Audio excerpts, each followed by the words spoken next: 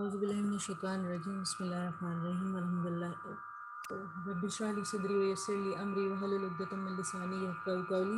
اس کی پہلی آیت آپ تلاوت کر لیں، اس کے بعد جو ٹرانسلیشن اس کی شیئر کریں۔ جی اعوذ باللہ من الشیطان الرجیم بسم اللہ الرحمن الرحیم فمن اظلم ممن کذب علی اللہ وکذب بالصدیق اذ جاءہ الیس فی جہنم مثوی للکافرین۔ اس سے بڑھ کر ظالم کون ہے جو اللہ پر جھوٹ بولے اور سچا دین جب اس کے پاس آئے تو اسے جھوٹا بتائے۔ کیا ایسے کفار کے لیے جہنم ٹھکانہ نہیں ہے؟ اور جو سچے دین کو لائے اور جس نے اس کی تصدیق کی، یہی لوگ پارسا ہیں۔ ان کے لیے ان کے رب کے پاس ہر وہ چیز ہے جو یہ چاہیں، نیک لوگوں کا یہی بدلہ ہے، تاکہ اللہ ان سے ان کے برے اعمالوں کو دور کر دے اور جو نیک کام انہوں نے کیے ہیں ان کا اچھا بدلہ عطا فرمائے۔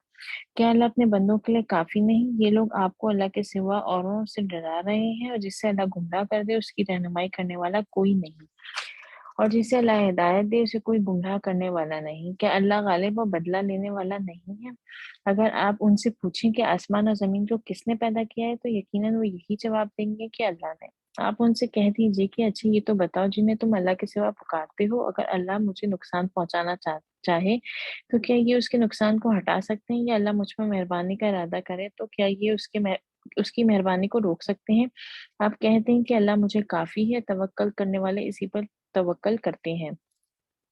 کہہ دیجئے اے میری قوم، تم اپنی جگہ پر عمل کیے جاؤ، میں بھی عمل کر رہا ہوں، ابھی تم جان لو گے کہ کس پر رسوا کرنے والا عذاب آتا ہے اور کس پر دائمی مار اور ہمیشگی کی سزا ہوتی ہے۔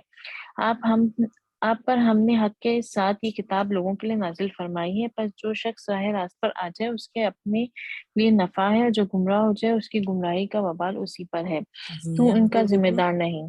پہلی جو آیات ہیں ان میں کیا جو ان کے نظریات ہیں وہ بتائے جا رہے ہیں کہ وہ جو جھوٹ باندھ رہے ہیں اللہ تعالیٰ کے اوپر، وہ ان کی اپنی باتیں، ان کا جو سوچ ہے وہ ان کی اپنی خود کی پس تھنکنگ ہے، یوں کہہ لیں کہ ان کی اپنی خام خیالی ہے جو اللہ تعالیٰ کے اوپر وہ جھوٹ باندھتے ہیں۔ لیکن یہ جو جھوٹ باندھنا ہے یہ اللہ تعالیٰ پہ بڑا ظلم ہے، کیونکہ کفر اور شرک جو ہے جھوٹے نظریات پر قائم عقائد ہیں جن سے بچنا بہت ضروری ہے۔ کہ آپ اللہ تعالیٰ کے ساتھ کسی بھی ذات کو شریک کر لیں یا اس پہ کسی بھی طرح کا جھوٹ باندھیں، جیسے ہم پیچھے پڑھ کر آئے ہیں کئی بار، حضرت عزیر اور حضرت عیسیٰ علیہ السلام کو بیٹا کہہ دینا، یا جو فرشتے ان کو بیٹیاں کہہ دینا، تو اللہ تعالیٰ بار بار اس کی گواہی میں ارشاد فرماتے ہیں کہ نہ تو میں بیوی رکھتا ہوں، نہ سورہ اخلاص میں جو ہے نہ میری اولاد ہے، نہ میں کسی کی اولاد ہوں۔ تو یہ تمام جو جھوٹ ہے یہ شرک کرنے والے لوگ جو ہیں اس میں وہ لے کر آتے ہیں۔ پھر بات آئی متقی کی کہ دائی حق جو ہے وہ سچ لاتا ہے اور سچ کی تصدیق بھی کرتا ہے، اس لیے وہ متقی کہلاتا ہے، اور ان کے لیے جو وہ چاہیں گے جنت میں اللہ تعالیٰ ان کو دے گا۔ پھر یہاں ایک اور بات آئی، آپ نے آیت جو دیکھی ہے اس میں جو آیت نمبر 38 ہے، کل حسبی اللہ علیہ متوکلون، کہ کہا گیا کہ اللہ ہی کافی ہے، یعنی ہر دشمن کے حق کے خلاف اللہ اپنے بندے کے لیے کافی ہوتا ہے، اس کو کسی دوسری چیز کی ضرورت نہیں ہے کہ کوئی اور اس کے مقابلے میں آئے۔ اگر پورا ایک لشکر بھی آپ کے سامنے کھڑا ہے اور آپ کو یقین ہے کہ آپ کا رب آپ کے ساتھ ہے اور آپ حق پر ہے، تو اللہ تعالیٰ آپ کو کامیابی دے گا۔ جی اللہ ہی روحوں کو ان کی موت کے وقت اور جن کی موت نہیں ہے انہیں ان کی نیند کے وقت قبض کر لیتا ہے، پھر جن پر موت کا حکم لگ چکا ہے انہیں تو روک لیتا ہے اور دوسری روحوں کو ایک مقرر وقت تک کے لیے چھوڑ دیتا ہے۔ غور کرنے والوں کے لیے اس میں یقیناً بہت سی نشانیاں ہیں۔ جی، اس لیے نیند کو کہا جاتا ہے کہ وہ موت کی بہن ہے۔ اب آپ دیکھیں آپ روزانہ سوتے بھی ہیں اٹھتے بھی ہیں، تو یہ موت کی دلیل ہے۔ بالکل اسی طریقے سے جو لوگ اس بات کے بارے میں کہتے ہیں کہ جب ہم مر جائیں گے دوبارہ نہیں اٹھیں گے، تو آپ دیکھیں کہ موت جو ہے وہ نیند جو ہے وہ موت کی بہن ہے۔ آپ سوتے بھی ہیں اور جاگتے بھی ہیں، بالکل اسی طرح آپ کو اللہ تعالیٰ دوبارہ جگا دے گا۔ اور نیند کو روک نہیں سکتے، موت کو بھی اس طرح بالکل نہیں روک سکتے، کیونکہ دیکھیں جب آپ کی موت جس وقت لکھی ہوئی ہے، جو مقررہ وقت ہے، اس پر آ کے ہی رہنی ہے۔ اور قرآن کیا کہتا ہے، کل نفس ذائقۃ الموت۔ جی کیا ان لوگوں نے اللہ کے سوا اوروں کو سفارشی مقرر کر رکھا ہے؟ آپ کہہ دیجئے کہ اگرچہ وہ کچھ بھی اختیار نہ رکھتے ہوں اور نہ عقل رکھتے ہوں، کہہ دیجئے کہ تمام سفارش کا مختار اللہ ہی ہے۔ تمام انسان اور زمین کا راج اسی کے لیے ہے، تم سب اسی کی طرف پھیرے جاؤ گے۔ جب اللہ اکیلے کا ذکر کیا جائے تو ان لوگوں کے دل نفرت کرنے لگتے ہیں جو آخرت کا یقین نہیں رکھتے، اور جب اس کے سوا اور کا ذکر کیا جائے تو ان کے دل کھل کر خوش ہو جاتے ہیں۔ اب کہہ دیجئے کہ اے اللہ، آسمانوں اور زمین کے پیدا کرنے والے، چھپے کھلے کے جاننے والے، تو ہی اپنے بندوں میں ان امور کا فیصلہ فرمائے گا جن میں وہ الجھ رہے تھے۔ اگر ظلم کرنے والوں کے پاس وہ سب کچھ ہو جو روئے زمین پر ہے، اور اس کے ساتھ اتنا ہی اور ہو تو بھی بدترین سزا کے بدلے میں قیامت کے دن یہ سب کچھ دے دیں، اور ان کے سامنے اللہ کی طرف سے وہ ظاہر ہوگا جس کا انہیں گمان بھی نہ تھا۔ جو کچھ انہوں نے کیا تھا اس کی برائیاں ان پر ظاہر ہو جائیں گی، اور جن کے ساتھ وہ مذاق کرتے تھے وہ انہیں آ گھیرے گا۔ انسان کو جب کوئی تکلیف پہنچتی ہے تو ہمیں پکارنے لگتا ہے، پھر جب ہم اسے اپنی طرف سے کوئی نعمت عطا فرما دیں تو کہنے لگتا ہے کہ یہ تو مجھے میری قابلیت کی وجہ سے ملی ہے، بلکہ یہ آزمائش ہے۔ لیکن ان میں سے اکثر لوگ بے علم ہیں۔ یہ ان سب سے سے اگلے بھی بڑا یہی فتنہ ہے کہ انسان کیا سمجھے کہ جب بھی اس کے پاس اللہ کی نعمتوں یا فضل میں سے کوئی پہنچے تو وہ یہ کہے یہ تو بس میرا ہی کمال ہے کہ میرے علم سے مجھے مل گیا ہے یا میں اس کا ذمہ دار ہوں۔ تو یہ دنیا کا سب سے بڑا فتنہ ہے، جو بھی خیر آپ کے پاس پہنچ رہی ہے وہ اللہ تعالیٰ کی طرف سے۔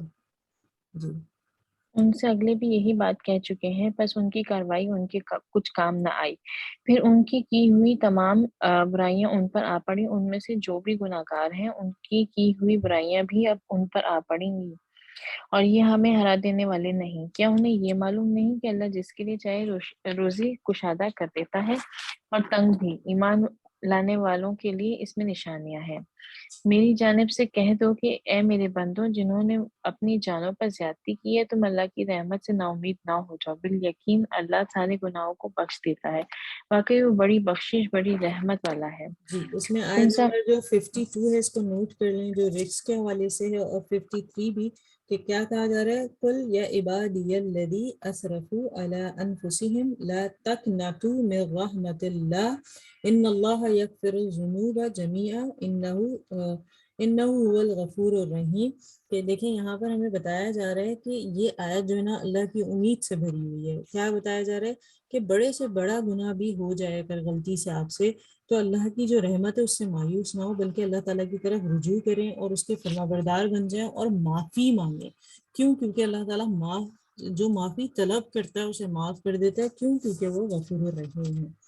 جی تم سب اپنے پروردگار کی طرف جھک پڑو اور اس کی حکم برادری کیے جاؤ، اس سے قبل کہ تمہارے پاس عذاب آ جائے اور پھر تمہاری مدد نہ کی جائے۔ اس بہترین چیز کی پیروی کرو جو تمہاری طرف تمہارے پروردگار کی طرف سے نازل کی گئی ہے، اس سے پہلے کہ تم پر اچانک عذاب آ جائے، تمہیں اطلاع بھی نہ ہو۔ ایسا نہ ہو کہ کوئی شخص کہے ہائے افسوس اس بات پر کہ میں نے اللہ کے حق میں کوتاہی کی، بلکہ میں تو مذاق اڑانے والوں میں ہی رہا۔ یا کہے کہ اگر اللہ مجھے ہدایت کرتا تو میں بھی پارسا لوگوں میں ہوتا۔ یا عذاب کو دیکھ کر کہے اے کاش کسی طرح میرا لوٹ جانا ہو جاتا تو میں بھی نیکوکاروں میں ہو جاتا۔ ہاں ہاں، بے شک تیرے پاس میری آیتیں پہنچ چکی تھیں جنہیں تو نے جھٹلایا، غرور و تکبر کیا، اور تو تھا ہی کافروں میں۔ اور جن لوگوں نے اللہ پر جھوٹ باندھا ہے تو آپ دیکھیں گے کہ قیامت کے دن ان کے چہرے سیاہ ہو گئے ہوں گے۔ کیا تکبر کرنے والوں کا ٹھکانہ جہنم میں نہیں؟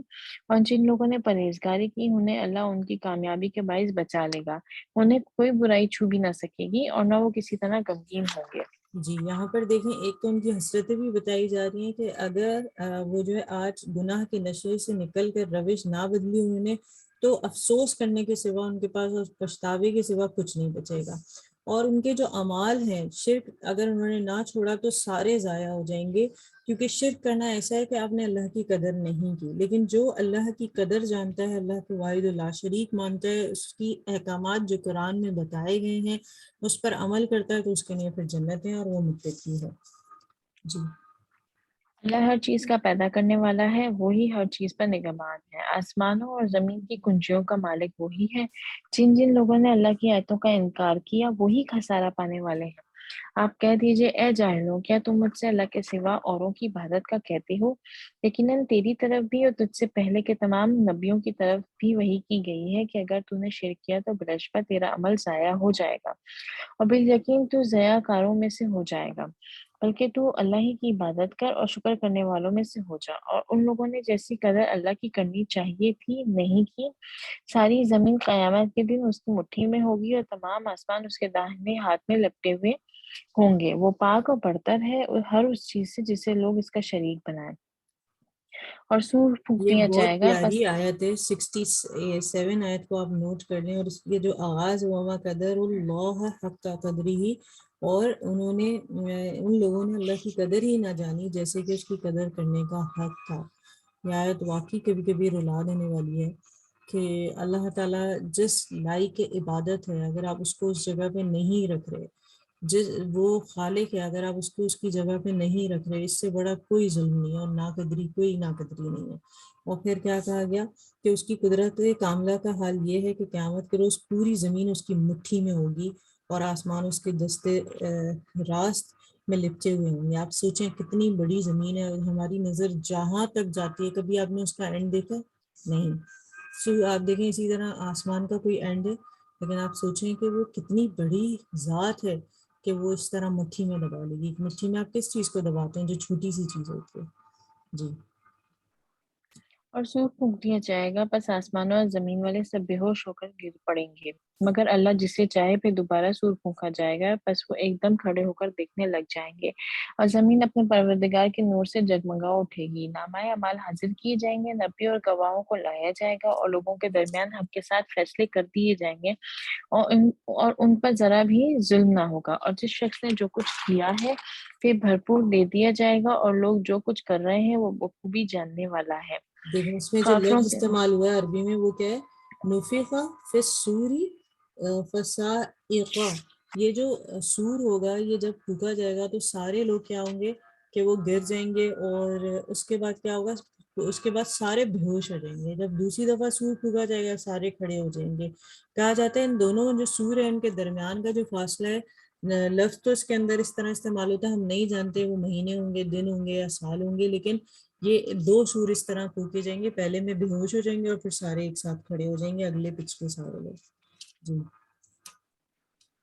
کافروں کے گول جہنم کی طرف ہانکے جائیں گے۔ جب وہ اس کے پاس پہنچ جائیں گے تو اس کے دروازے ان کے لیے کھول دیے جائیں گے، اور وہاں کے نگہبان ان سے سوال کریں گے کہ کیا تمہارے پاس تم میں سے رسول نہیں آئے تھے جو تم پر تمہارے رب کی آیتیں پڑھتے تھے، تمہیں اس دن کی ملاقات سے ڈراتے تھے؟ یہ جواب دیں گے کہ ہاں درست ہے، لیکن عذاب کا حکم کافروں پر ثابت ہو گیا۔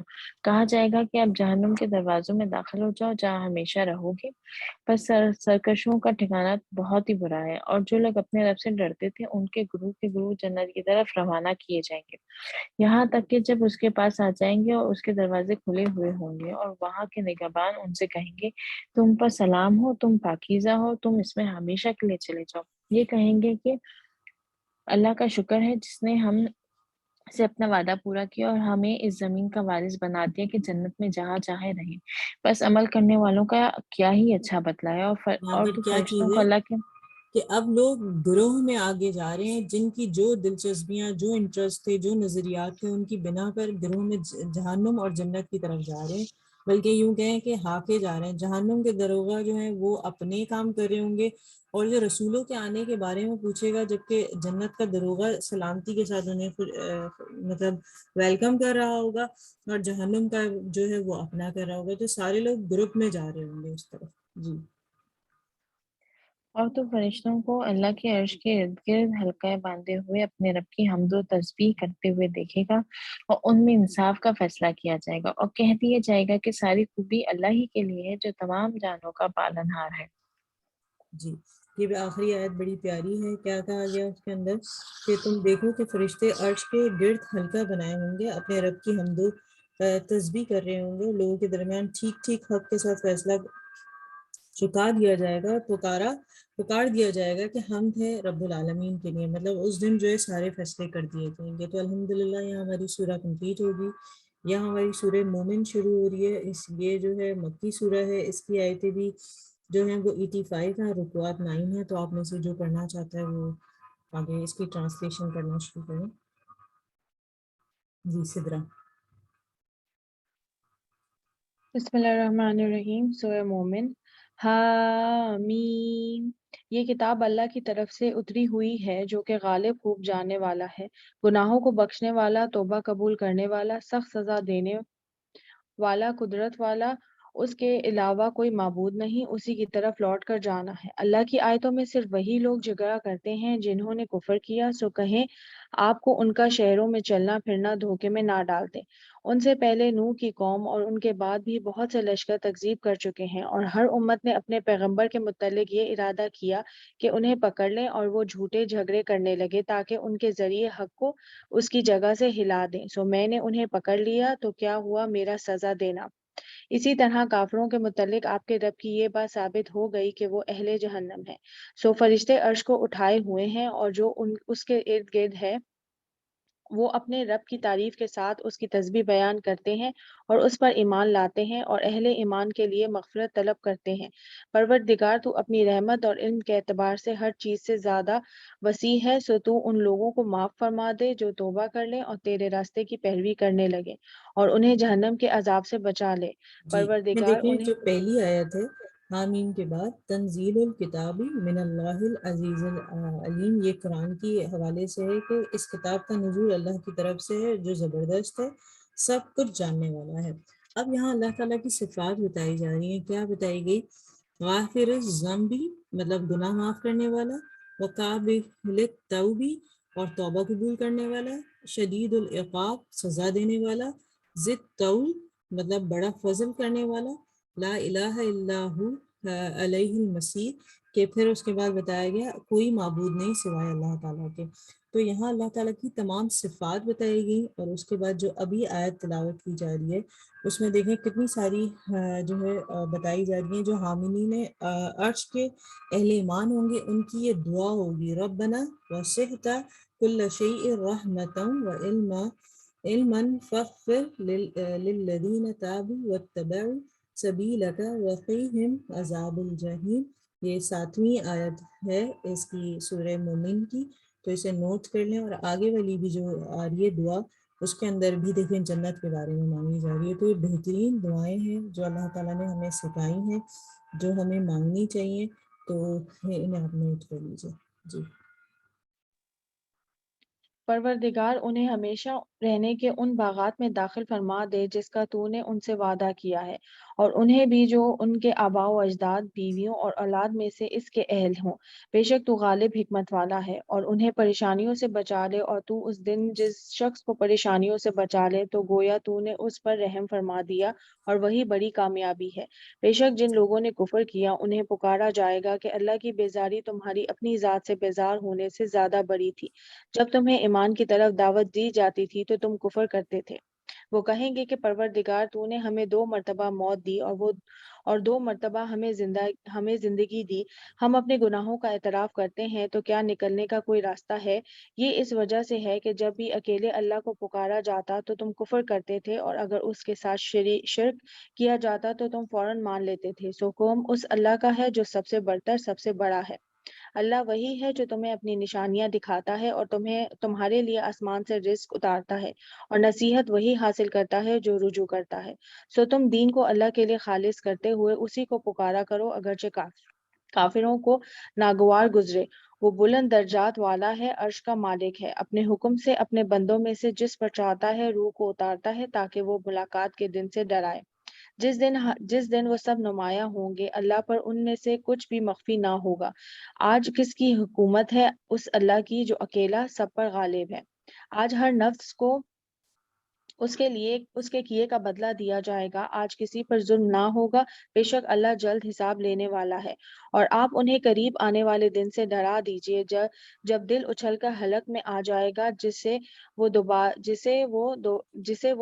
دبا رہے ہوں گے۔ ظالموں کا کوئی گرم جوش دوست ہوگا اور نہ ہی کوئی ایسا سفارش کرنے والا جس کی اطاعت کی جائے۔ وہ آنکھوں کی خیانت کو بھی جانتا ہے اور وہ بھی جو سینوں میں مخفی ہے، اور جی اللہ یہاں پر انصاف کے آیت نمبر ساتھ 17 ہے، ایک تو آپ نوٹ کر لیں، الیوم تجزا کل نفس بما کسبت لا ظلم اليوم ان اللہ سریع الحساب، کہ آج ہر متنفس کو اس کی کمائی کا بدلہ دیا جائے گا جو اس نے کی تھی، آج کسی پر کوئی ظلم نہیں ہوگا اور اللہ حساب لینے والا ہے۔ آگے والی آیت جو ہے اس میں دیکھیں کیا کہا گیا، کَأَذِفَةِ القلوب کی بات کی گئی کہ ان کے جو دل ہیں وہ گھٹ کر ہلاک تک پہنچ جائیں گے، اور ظالموں کا نہ کوئی دوست ہوگا نہ سفارشی ہوگا۔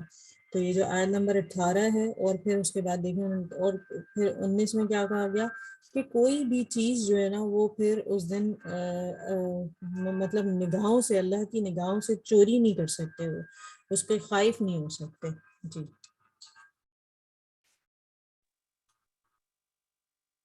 اور اللہ انصاف کے ساتھ فیصلہ کرتا ہے، اور وہ اللہ کے علاوہ جنہیں پکارتے ہیں وہ کسی چیز کا فیصلہ نہیں کر سکتے۔ بے شک اللہ خوب سننے والا، دیکھنے والا ہے۔ کیا وہ لوگ زمین میں چلے پھرے نہیں کہ دیکھتے ان سے پہلے لوگوں کا کیا انجام ہوا؟ وہ طاقت میں بھی ان سے زیادہ مضبوط تھے اور زمین میں نشانیاں بھی خوب چھوڑ گئے۔ سو اللہ نے انہیں ان کے گناہوں کی وجہ سے پکڑ لیا، اور انہیں اللہ سے بچانے والا کوئی نہ ہوا۔ یہ اس وجہ سے کہ ان کے پاس ان کے پیغمبر واضح دلائل لے کر آئے تھے۔ انہوں نے کفر کیا تو اللہ نے انہیں پکڑ لیا، بے شک وہ طاقتور سخت سزا دینے والا ہے۔ اور یقیناً ہم نے موسیٰ علیہ السلام کو اپنی نشانیاں اور واضح سند دے کر بھیجا۔ فرعون حامان اور قارون کی طرح تو وہ کہنے لگے کہ یہ تو جھوٹا جادوگر ہے۔ پھر جب ان کے پاس ہماری طرف سے حق آ پہنچا تو کہنے لگے کہ وہ لوگ موسیٰ علیہ السلام پر ایمان لائے ہیں، ان کے بیٹے قتل کر دو اور ان کی عورتوں کو زندہ رکھو، اور کافروں کی تدبیر تو غلطی پر پڑی ہے۔ اور فرعون نے کہا کہ مجھے چھوڑو تاکہ میں موسیٰ علیہ السلام کو قتل کر دوں، اسے چاہیے کہ اپنے رب کو بلا لے، مجھے اندیشہ ہے کہ وہ تمہارے دین کو تبدیل کر دے گا یا زمین میں فساد پھیلا دے گا۔ اور موسیٰ علیہ السلام نے کہا کہ میں اپنے اور تمہارے رب کی پناہ میں آ چکا ہوں، اور ہر اس تکبیر کے شر سے جو حساب کے دن پر ایمان نہیں رکھتا۔ اور اہل فرعون میں سے ایک مومن آدمی نے کہا جو اپنے ایمان کو چھپاتا تھا کہ تم ایک شخص کو صرف اس بنیاد پر قتل کرنا چاہتے ہو کہ وہ کہتا ہے کہ میرا رب اللہ ہے، اور تمہارے پاس تمہارے رب کی طرف سے واضح دلائل لے کر آیا ہے۔ اگر وہ جھوٹا ہوا تو اس کے جھوٹ کا وبال اسی پر ہوگا، اور اگر وہ سچا ہوا تو تم پر کوئی ایسی چیز آ پڑے گی جس کا وہ تم سے وعدہ کرتا ہے۔ بے شک اللہ اس شخص کو ہدایت نہیں دیتا جو حد سے تجاوز کرنے والا جھوٹا ہو۔ جی اے یہاں میری پر قوم، یہ فرعون کی قوم سے ایک نیک شخص کی بات کی جا رہی ہے جو لوگوں کو آخرت کی فکر کی طرف متوجہ کر رہا ہے۔ تو وہ بتا رہے ہیں کہ دیکھیں جو ایسا شخص ہو جو اللہ کی طرف متوجہ کر رہا ہے، اللہ تعالیٰ اس کا ذکر بھی قرآن میں کرتے ہیں، کیونکہ اللہ تعالیٰ کو ایسے بندے پسند ہیں جو حق کی بات کرنے والے ہیں۔ جی اے میری قوم، آج زمین میں شان و شوکت کے ساتھ تمہاری حکومت ہے، پھر اگر ہم پر اللہ کا عذاب آ گیا تو اس کے مقابلے میں ہماری مدد کون کرے گا؟ فرعون نے کہا کہ میں تو جو بہتر دیکھتا ہوں وہی تمہیں بھی دکھا رہا ہوں، اور میں تو صرف بھلائی کے راستے کی طرف ہی تمہاری رہنمائی کرتا ہوں۔ اور اس ایمان لانے والے نے کہا کہ اے میری قوم، مجھے تمہارے متعلق اس طرح کے دن کا اندیشہ ہے جیسا دوسرے لشکروں پر آیا، جیسا حال قوم نوح علیہ السلام، قوم عاد علیہ السلام، قوم سمود اور ان کے بعد والوں کا ہوا۔ اور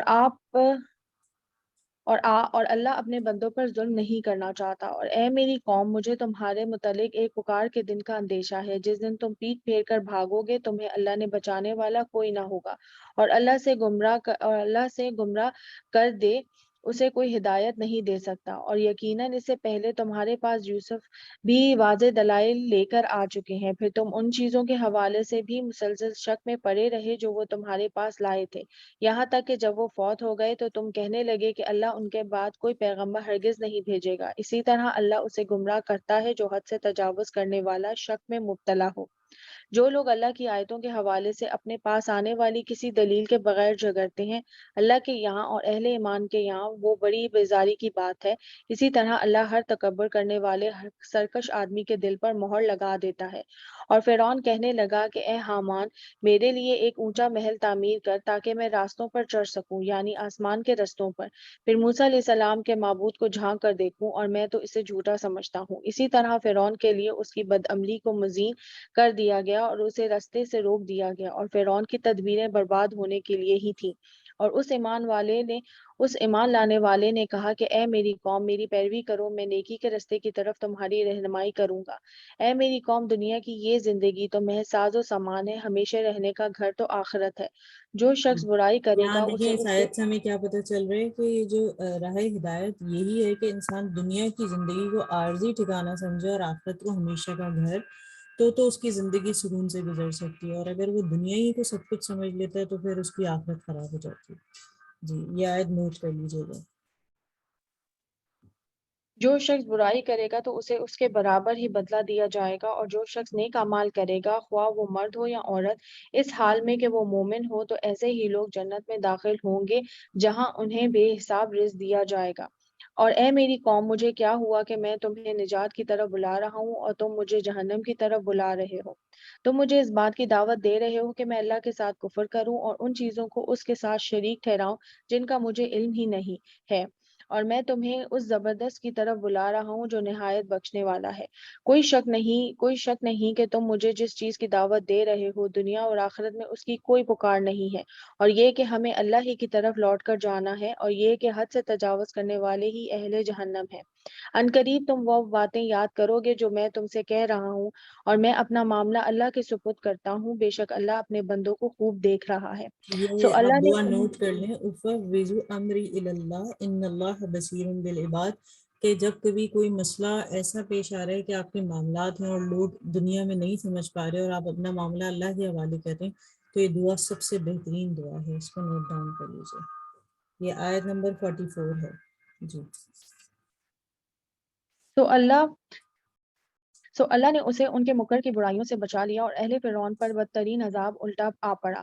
انہیں صبح اور شام جہنم کی آگ میں پیش کیا جاتا ہے، اور جس دن قیامت قائم ہوگی تو حکم ہوگا کہ اہل فرعون کو سخت ترین عذاب میں داخل کر دو، اور اس وقت کو یاد کیجئے جب وہ جہنم میں باہم جھگڑا کریں گے، یہ چنانچہ دیکھیں اس کمزور آیت میں بتایا جا رہا ہے جو فرعون ہے تو عذاب قبر حق ہے، اور جو آل فرعون ہے ان پہ صبح شام قبر میں جو آگ پیش کی جائے گی، اور یہی وجہ ہے کہ نبی صلی اللہ علیہ وسلم ہر نماز کے بعد یہ دعا کرتے تھے کہ اللہ تعالیٰ ہمیں عذاب قبر سے پناہ مانگا کرتے تھے کہ اللہ بچا لے جی۔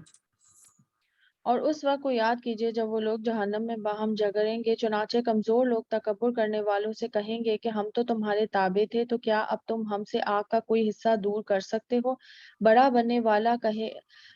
بننے والے کہیں گے کہ ہم تو سب ہی یہاں پڑے ہیں، بے شک اللہ اپنے بندوں کے درمیان فیصلہ کر چکا۔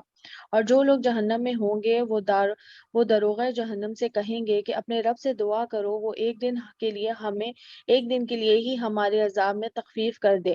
وہ کہیں گے کیا تمہارے پاس تمہارے پیغمبر واضح دلائل لے کر نہیں آئے تھے؟ وہ کہیں گے کیوں نہیں؟ وہ کہیں گے کہ پھر تم خود ہی دعا کرو، اور کافروں کا پکارنا تو بے فائدہ ہی ہوگا۔ بے جی شک یہاں ہم دیکھیں اپنے دعا کا پیغمبروں ذکر آ رہا ہے، اور جو دعا ہے وہ ایک عبادت ہے۔ حضور صلی اللہ علیہ وسلم کی حدیث ہے کہ دعا عبادت کا مغز ہے، اور یہاں کہا جا رہا ہے کہ دعا صرف اللہ تعالیٰ سے مانگنی چاہیے، اور اللہ ہی ہے جو اسے قبول کرتا ہے۔ تو ہمیشہ یاد رکھیں کہ ہمیشہ دعاؤں میں ایک دوسرے کو بھی یاد رکھیں، اور ہر نماز کے بعد ضرور دعا کیا کریں۔ جیسے ہم نے کہا کہ دعا جو ہے اذان کے بعد قبول ہوتی ہے، اقامت کے بعد ہوتی ہے، فرض نماز کے بعد ہوتی ہے، جمعے میں ایک دفعہ ہوتی ہے، تہجد میں قبول ہوتی ہے۔ اس کے علاوہ چاند رات، اور جو بھی چاند رات ہو، چاہے وہ عید الفطر کی ہو کیونکہ 9 ذی الحج ہوتا ہے، اور عید الاضحیٰ کی، اور عید الفطر کی ہو تو کیا ہوتا ہے، ہم پورے دن جو ہے پورے مہینے تو عبادت کرتے ہیں اور اس دن ہم شاپنگ پہ نکل جاتے ہیں۔ تو یاد رکھیں کہ وہ دن بہت اہم دن ہوتا ہے، بالکل اس طریقے سے کہ جس طرح آپ کہیں کام کرتے ہیں اور آپ کو سیلری پورے منتھ کام کرنے کے بعد ملتی ہے تو اجر مل رہا ہوتا ہے، تو آپ بالخصوص گھر کی ہم خواتین ہیں، ضروری کام ہوتے ہیں، کچھ بچوں کی آئرن ہے یا کلیننگ ہے یا کچھ کھانا بنانا ہے، وہ تو ایک الگ چیز ہے، اس میں آپ تسبیحات کا خیال رکھیں، لیکن غیر ضروری کوئی کام چاند رات کے لیے نہ رکھیں، چاہے وہ عید الفطر کی ہو یا عید الاضحیٰ کی۔ اس دن خاص اللہ تعالیٰ سے نوافل پڑھ کے تہجد پڑھ کر آپ دعا کریں، اس وقت دعائیں قبول ہوتی ہیں، اور دعاؤں کو اپنی اس میں حصہ بنا کے رکھیں۔ کچھ لوگ ایسا ہوتا ہے نماز پڑھ کے اٹھ جاتے نہیں مانگتے، تو آپ دعائیں مانگیں، دعا اللہ سے قریب بھی کرتی ہے اور عبادت کا مقام بھی رکھتی ہے جی۔ بے شک ہم اپنے پیغمبروں اور اہل ایمان کی اس دنیاوی زندگی میں بھی مدد کرتے ہیں، اور اس دن بھی کریں گے جب گواہ کھڑے ہوں گے، جس دن ظالموں کو ان کا معذرت کرنا کوئی فائدہ نہ دے گا، اور ان پر لعنت ہوگی، اور ان کے لیے بدترین گھر ہوگا۔ اور یقیناً ہم نے موسیٰ علیہ السلام کو ہدایت دی اور بنی اسرائیل کو کتاب کا وارث بنایا، جو کہ اہل عقل کے لیے سراپا ہدایت و نصیحت ہے۔ سو آپ صبر کیجئے کیونکہ اللہ کا وعدہ برحق ہے، اور اپنوں کے گناہوں کے مغفرت طلب کیجئے، اور صبح اور شام اپنے رب کی تعریف کے ساتھ تسبیح بیان کیجئے۔ بے شک وہ لوگ جو اللہ کی آیتوں کے حوالے سے یہ اپنے جو پاس آنے آیت ہے والی صبح اور شام اللہ کی تسبیح بیان کیجیے 55، آپ دیکھیں یہ دوبارہ صبح اور شام کے اذکار کی بات آ رہی ہے، اور وہ تسبیحات جو آپ کو آتی ہیں، نارملی ہم پڑھتے ہیں تسبیح فاطمہ، سبحان اللہ، الحمد للہ، اللہ اکبر، پھر ہم نے وہ پڑھی سبحان اللہ و بحمدہ سبحان اللہ العظیم، کلمہ پڑھا، یا جو کلمے ہوتے ہیں 6 وہ بھی پڑھ سکتے ہیں آپ، استغفار، تو ان کا ذکر ہے اس میں سب میں۔ جی بے شک وہ لوگ جو اللہ کی آیتوں کے حوالے سے اپنے پاس آنے والی کسی دلیل کے بغیر جھگڑتے ہیں، ان کے دلوں میں سوائے تکبر کے اور کچھ نہیں، وہ وہاں تک کبھی نہ پہنچ سکیں گے۔ سو آپ اللہ کی پناہ میں آ جائیے، بے شک وہ خوب سننے والا، دیکھنے والا ہے۔ یقیناً آسمانوں اور زمین کو پیدا کرنا انسانوں کو پیدا کرنے سے زیادہ بڑا کام ہے، لیکن اکثر لوگ جانتے نہیں ہیں۔ نابینا اور بینا کبھی برابر نہیں ہو سکتے، اور جو لوگ ایمان لائے اور انہوں نے نیک اعمال کیے، وہ اور گنہگار بھی برابر نہیں ہو سکتے۔ بہت کم تر غور کرتے ہو۔ بے شک قیامت آنے والی ہے، اس میں کوئی شک نہیں ہے، لیکن اکثر لوگ ایمان نہیں لاتے۔ اور تمہارے رب نے فرمایا ہے کہ تم مجھ سے دعا کرو، میں تمہاری دعا قبول کروں گا۔ بے شک وہ لوگ جو میری عبادت سے تکبر کرتے ہیں، عنقریب وہ ذلیل ہو کر جہنم میں داخل ہوں گے۔ اللہ وہی ہے جس نے تمہارے لیے رات کو بنایا تاکہ تم اس میں سکون حاصل کرو، اور دن کو دیکھنے کا ذریعہ بنایا۔ بے شک اللہ تو لوگوں پر فضل والا ہے، لیکن اکثر لوگ شکر ادا نہیں کرتے۔ وہی اللہ تمہارا رب ہے، ہر چیز کا خالق ہے، اس کے علاوہ کوئی معبود نہیں، تم تو کہاں بہکے جاتے ہو۔ اسی طرح وہ لوگ بھی بہکے جاتے ہیں جو اللہ کی آیتوں کا انکار کرتے رہتے ہیں۔ اللہ وہی ہے جس نے زمین کو تمہارے لیے ٹہرنے کی جگہ بنایا، اور آسمان کو چھت بنایا، اور تمہاری صورت کشی کی، بہترین صورتیں بنائی، اور تمہیں پاکیزہ چیزیں عطا فرمائی۔ وہی اللہ تمہارا رب ہے، سو اللہ بہت بابرکت ہے، وہ تمام جہانوں کو پالنے والا ہے، سو سب کو زندہ رکھنے والا ہے، اس کے علاوہ کوئی معبود نہیں۔ سو تم دین کو اللہ کے لیے خالص کرتے ہوئے اسی کو پکارو۔ تمام تعریفیں اس اللہ کے لیے جو تمام جہانوں کو پالنے والا ہے۔ اے نبی صلی اللہ علیہ وآلہ وسلم، آپ فرما دیجئے کہ مجھے اس بات سے منع کیا گیا ہے کہ اللہ کو چھوڑ کر تم جنہیں پکارتے ہو میں ان کی عبادت کروں، جبکہ میرے پاس میرے رب کی طرف سے واضح دلائل آ چکے، اور مجھے حکم دیا گیا ہے کہ میں رب العالمین کا فرمانبردار رہوں۔ اللہ اس میں وہی آیت ہے نمبر جس نے تمہیں 64 65 66 نوٹ کر لیں، کیونکہ یہ ٹرانسلیشن سے ہی آپ کو اس کی وضاحت پتہ چل جائے گی، اتنی پیاری آیات ہیں۔ جی اللہ وہی ہے جس نے تمہیں مٹی سے، پھر پانی کے ناپاک قطرے سے، پھر جمے ہوئے خون سے پیدا کیا، پھر وہ تمہیں بچہ ہونے کی حالت میں نکالتا ہے، پھر تاکہ تم اپنی جوانی کو پہنچو، تاکہ پھر تم بوڑھے ہو جاؤ، اور تم میں سے بعض لوگ اس سے پہلے بھی مر جاتے ہیں، اور تاکہ تم ایک مقرر وقت تک پہنچو، اور تاکہ تم سمجھو۔ اللہ وہی ہے جو زندگی و موت دیتا ہے، پھر جب وہ کسی کام کا فیصلہ کر لیتا ہے تو صرف اتنا کہتا ہے کہ ہو جا، تو وہ ہو جاتا ہے۔ کیا آپ نے ان لوگوں کو نہیں دیکھا جو اللہ کی آیتوں کے حوالے سے جھگڑتے ہیں کہ وہ کہاں پھرے جاتے ہیں؟ وہ لوگ جنہوں نے کتاب کی تکذیب کی، ان چیزوں کو ہم نے اپنے پیغمبروں کو دے کر بھیجی ہے، سو عنقریب وہ جان لیں گے جب ان کی گردنوں میں توق ہوں گے اور زنجیریں انہیں گھسیٹا جائے گا کھولتے ہوئے پانی میں، پھر انہیں آگ میں جھونک دیا جائے گا، پھر ان سے کہا جائے گا کہ کہاں ہیں وہ جنہیں تم شریک ٹھہراتے تھے اللہ کو چھوڑ کر؟ وہ کہیں گے کہ ہم سے گم ہو گئے ہیں، بلکہ تو اس سے پہلے کسی کو پکارتے ہی نہ تھے۔ اسی طرح اللہ کافروں کو گمراہ کرتا ہے۔ یہ اس چیز کا بدلہ ہے جس پر تم زمین میں ناحق اترایا کرتے تھے اور جس پر تم اکرتے تھے۔ جہنم کے دروازوں سے اس میں ہمیشہ رہنے کے لیے داخل ہو جاؤ، سو وہ تکبر کرنے والوں کے لیے بدترین ٹھکانہ ہے۔ سو آپ صبر کیجئے، کیونکہ اللہ کا وعدہ برحق ہے۔ اگر ہم آپ کو کوئی ایسی چیز دکھا دیں جس کا ہم ان سے وعدہ کرتے ہیں، یا آپ کو اپنے پاس بلا لیں، تو وہ بھی ہماری طرف ہی لوٹائے جائیں گے، اور یقیناً ہم آپ سے پہلے بھی بہت سے پیغمبروں کو بھیج چکے ہیں۔ ان میں سے بعض کے حالات ہم نے آپ کے سامنے بیان کر دیے ہیں، اور بعض وہ بھی ہیں جن کے حالات ہم نے آپ کو سنائے ہی نہیں ہیں، اور کسی پیغمبر کے اختیار میں نہیں کہ اللہ کے حکم کے بغیر کوئی معجزہ لے آئے۔ پھر جب اللہ کا حکم آتا ہے تو حق کے ساتھ فیصلہ ہو جاتا ہے، اور وہاں باطل پرست خسارے میں پڑے رہ جاتے ہیں۔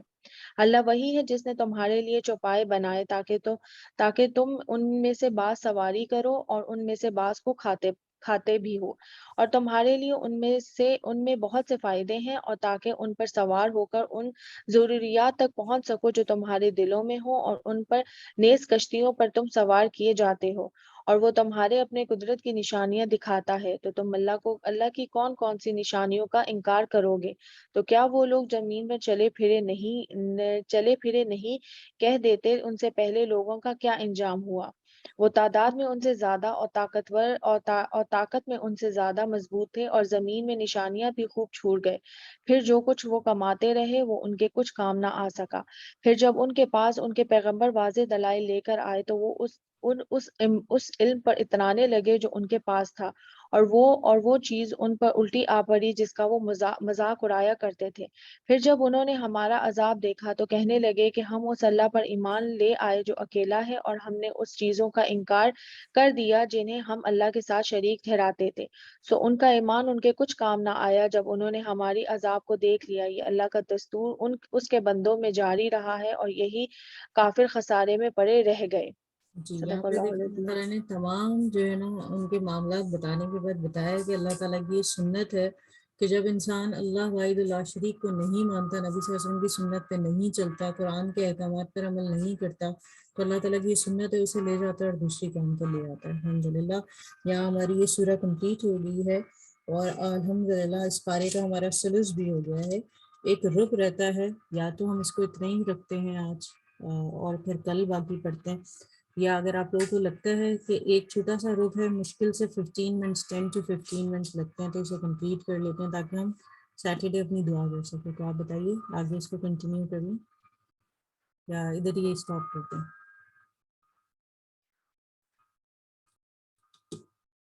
سدرا تو کہہ رہی ہوں کہ تو آپ میں سب کون پڑھنا چاہے گا؟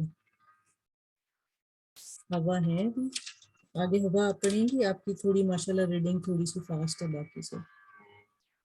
جی، تو ہم ایسا جی کرتے ہیں، سورہ حامیم سجدہ ہے، اس کی آیتیں 54 ہیں، اور رکوعات جو ہیں اس کے وہ 6 ہیں، تو اس کی ٹرانسلیشن کر لیتے ہیں۔ جی ہوگا۔ جی اعوذ باللہ من الشیطان الرجیم، بسم اللہ الرحمن الرحیم۔ حامیم، یہ تعلیم ہوئی ہے بڑے مہربان بہت رحم والے کی طرف سے۔ ایسی کتاب ہے جس کی آیتوں کی واضح تفصیل کی گئی ہے، اس حال میں کہ قرآن عربی زبان میں ہے، اس قوم کے لیے جو جانتی ہے، خوشخبری سنانے والا اور ڈرانے والا ہے۔ پھر بھی ان میں سے اکثر نے منہ پھیر لیا اور وہ سنتے ہی نہیں، اور انہوں نے کہا کہ تو جس کی طرف ہمیں بلا رہا ہے ہمارے دل تو اس سے پردے میں ہیں، جی، اور یہاں پر ہمارے دیکھیں یہ تمام آیتیں جو ہے نا حامیم کے بعد تنزیل من الرحمن رحمان الرحیم، پھر اس کے بعد دیکھیں کتاب فصلت آیت قرآن عربی لقوم یعلمون بشیرا و نذیرا و اعوذ اکثرهم فهم لا یسمعون۔ چاروں آیتیں آپ نوٹ کر لیں، اور چاروں جو ہے قرآن کی اہمیت کو بتا رہی ہیں۔ جی اور ہمارے کانوں میں گرانی ہے، اور ہم میں اور تجھ میں ایک حجاب ہے۔ اچھا تو اپنا کام کیے جا، ہم یقیناً کام کرنے والے ہیں۔ آپ کہہ دیجئے کہ میں تو تم ہی جیسا انسان ہوں، مجھ پر وحی نازل کی جاتی کہ تم سب کا معبود ایک اللہ ہی ہے، سو تم اس کی طرف متوجہ ہو جاؤ، اس سے گناہوں کی معافی چاہو، اور ان مشرکوں کے لیے بڑی ہی خرابی ہے جو زکوٰۃ نہیں دیتے اور آخرت کے بھی منکر ہی رہتے ہیں۔ بے شک جو لوگ ایمان لائیں اور بھلے کام کریں ان کے لیے نہ ختم ہونے والا اجر ہے۔ آپ کہہ دیجئے کہ کیا تم اس اللہ کا انکار کرتے ہو اور تم اس کے شریک مقرر کرتے ہو جس نے 2 دن میں زمین پیدا کر دی، سارے جہانوں کا پروردگار وہی ہے، اور اس نے زمین میں اس کے اوپر سے پہاڑ گاڑ دیے اور اس میں برکت رکھ دی، اور رہنے والوں کی غذاؤں کی تجویز بھی اسی میں کر دی، صرف 4 دن میں ضرورت مندوں کے لیے یکساں طور پر۔ کہ آسمان کی طرف متوجہ ہوا اور دھواں سا تھا، پس اسے اور زمین سے فرمایا کہ تم دونوں خوشی سے آؤ یا ناخوشی سے۔ تم دونوں نے عرض کیا ہم بخوشی حاضر ہیں۔ پس 2 دن میں 7 آسمان بنا دیے، اور ہر آسمان میں اس کے مناسب وحی بھیج دی، اور ہم نے آسمان دنیا کو چراغوں سے زینت دی اور نگہبانی کی۔ یہ تدبیر اللہ غالب و دانا کی ہے۔ اب بھی یہ روگرداں ہوں تو کہہ دیجئے کہ میں تمہیں اس کڑک سے ڈراتا ہوں جو مصر، عادیوں اور سمودیوں کی کڑک کے ہوگی۔ ان کے پاس جب ان کے آگے پیچھے سے پیغمبر آئے اور تم اللہ کے سوا کسی کی عبادت نہ کرو، تو انہوں نے جواب دیا کہ اگر ہمارا پروردگار چاہتا تو فرشتوں کو بھیجتا، ہم تو تمہاری رسالت کے بالکل منکر ہیں۔